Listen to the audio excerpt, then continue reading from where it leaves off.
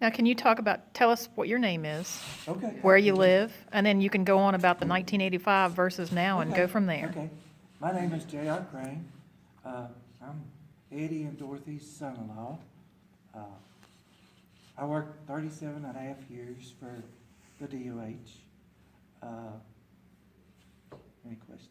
Or you just wanna What talk? did you do for the Department of Highways? What's your experience? I was a surveyor, and then I was roadway design supervisor. So you've got some experience of like Right. flooding, or have you I've seen been through some things? 4 floods, 1985, 1996, 2001, 2003. Just never thought it would happen to my family. Uh, White Sulphur is a little bit different situation than like 1985. In 1985, we lost bridges, multiple bridges. And when you lose a bridge, you isolate families where they can't get help. White Sulphur was fortunate that in their situation, they lost a little bit of roadway, but they didn't lose any bridges, which means that help can get to you. White Sulphur also, back in 2003, the county commission set up a disaster plan. And the disaster plan is to cover floods, fires, whatever. And White Sulphur actually had churches and places that volunteers could come in and stay, where in years past, they didn't have that. So they were more organized. And organization is good. If you have a plan in place, when something of this magnitude happens, then you can set the ball rolling, so to speak. And you know where, okay, this church will do this place will do this place will do that. Where in 1985, it was so widespread and you lost a lot of churches, you couldn't have, volunteers couldn't help you because they couldn't get there. That's basically the difference between then and now. Can you kind of describe your situation of where you were and how you got in to help people the day of the flood in June? My phone kept going off, weather alerts. So I called my father-in-law, I said, how is the creek? Is the creek okay? Yeah, that was at 10 minutes after 1. And at 3 o'clock, he called back and he said, if you're looking for me, we're at City Hall. And I said, why are you at City Hall?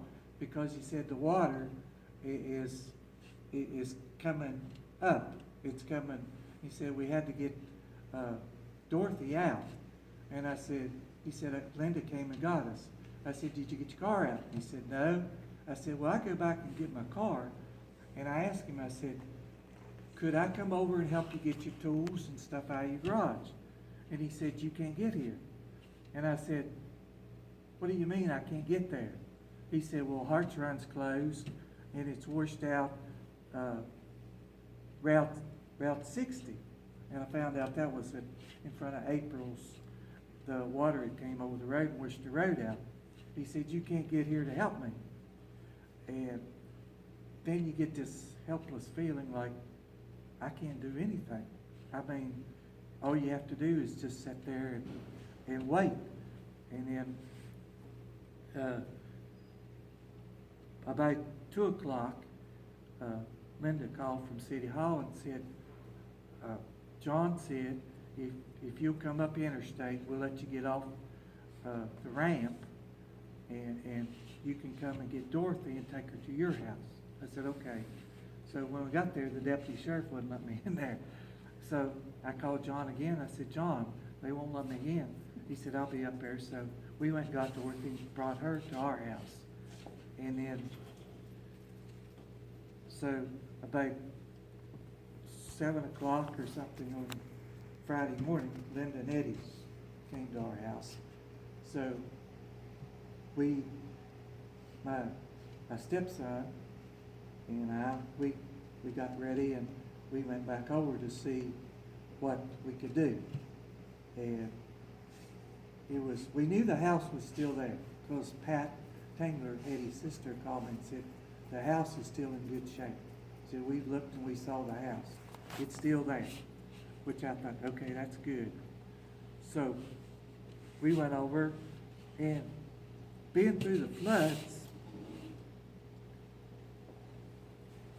you learn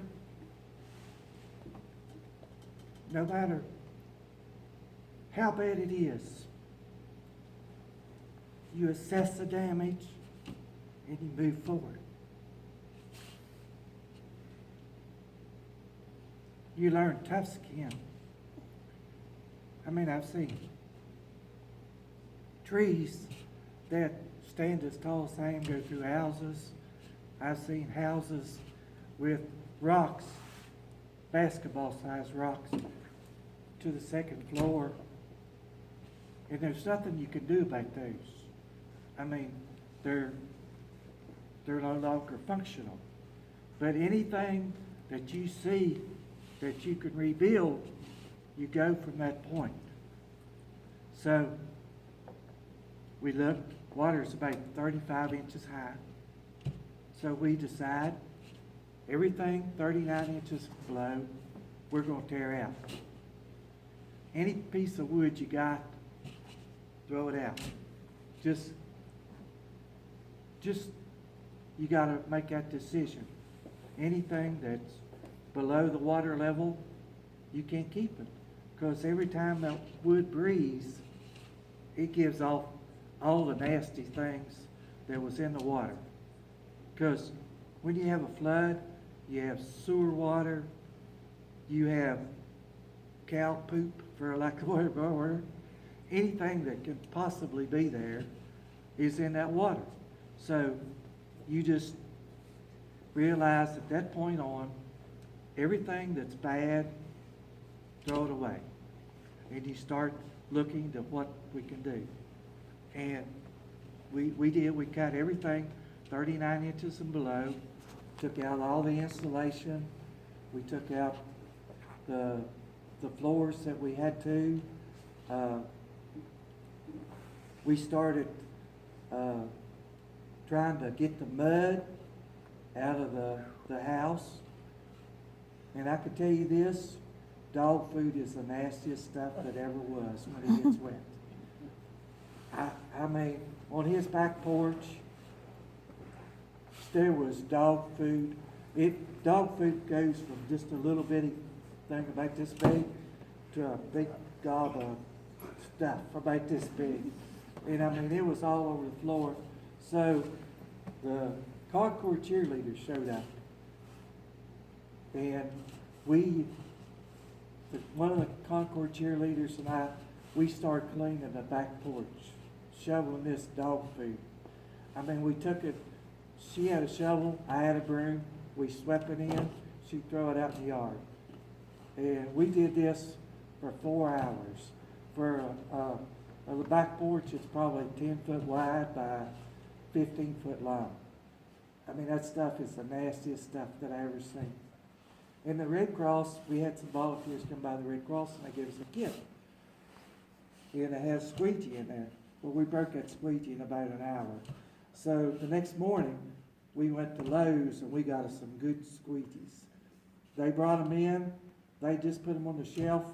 We took 2 of them. And we learned how to squeegee floors.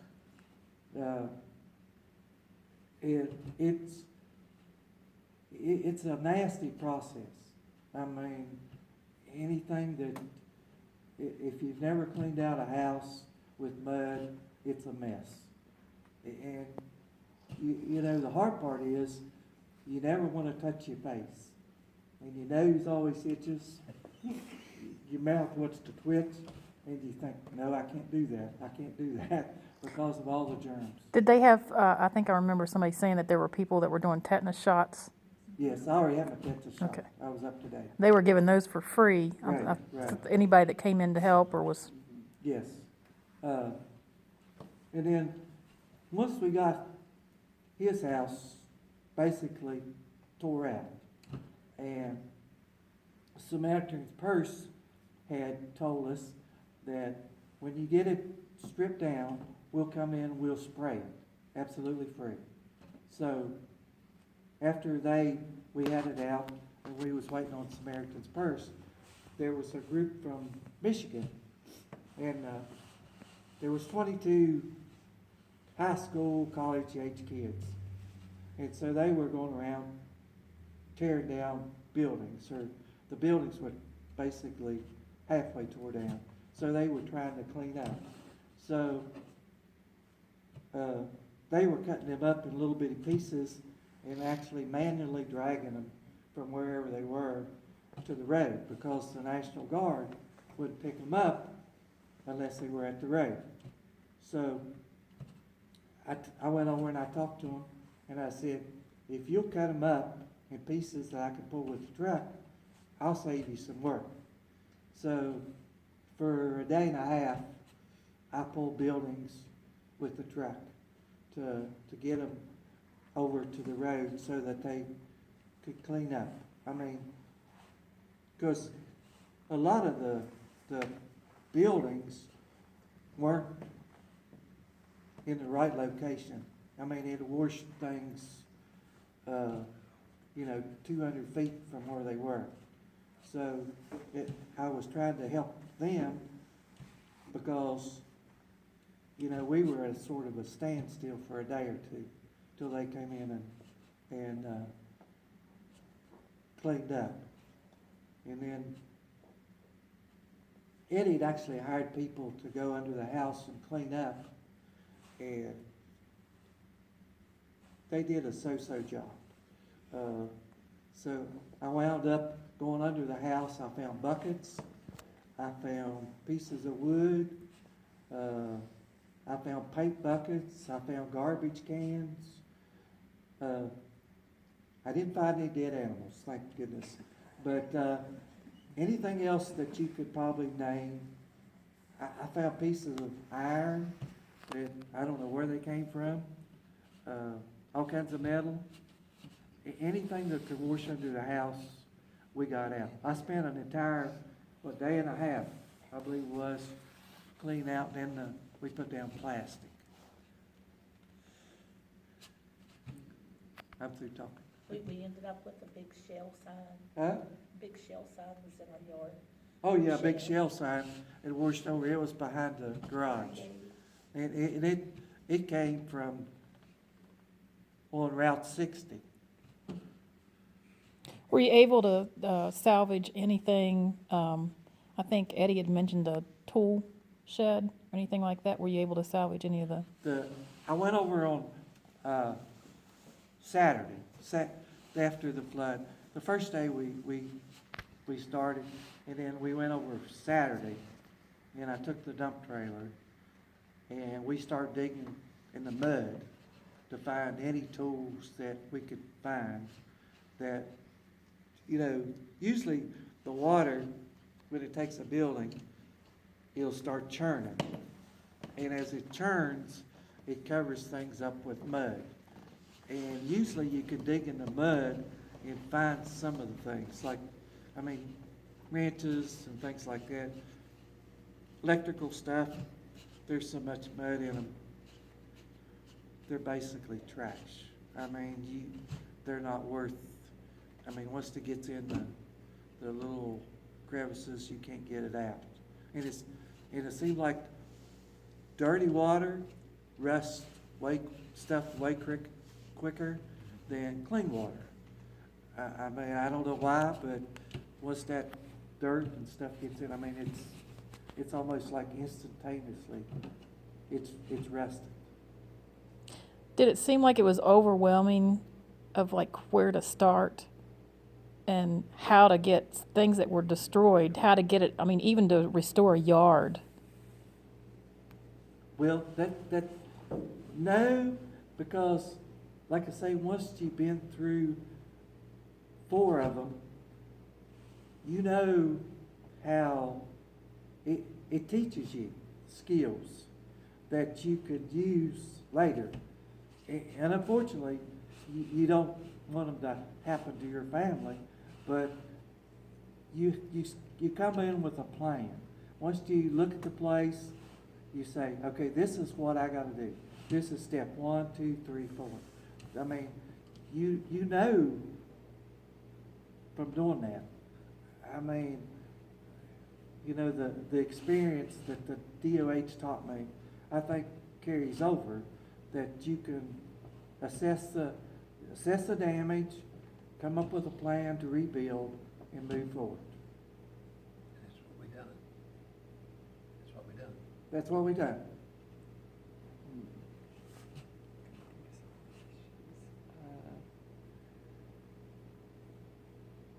What was the hardest thing for you have to do?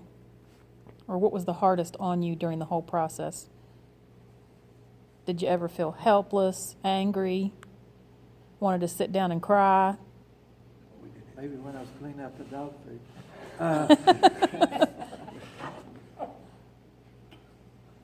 No, I mean, you feel so sorry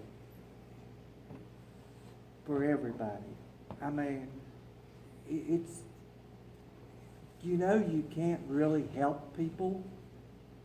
I mean, as far as getting their lives back to where it was before. And you know, like Eddie's, we knew we had something to start from. The ones you really feel sorry for beyond is the ones who lost everything. And what bothers me is if you see these people that are on Social Security and they worked their whole life, their house gets washed away, and they get $33,000 from FEMA.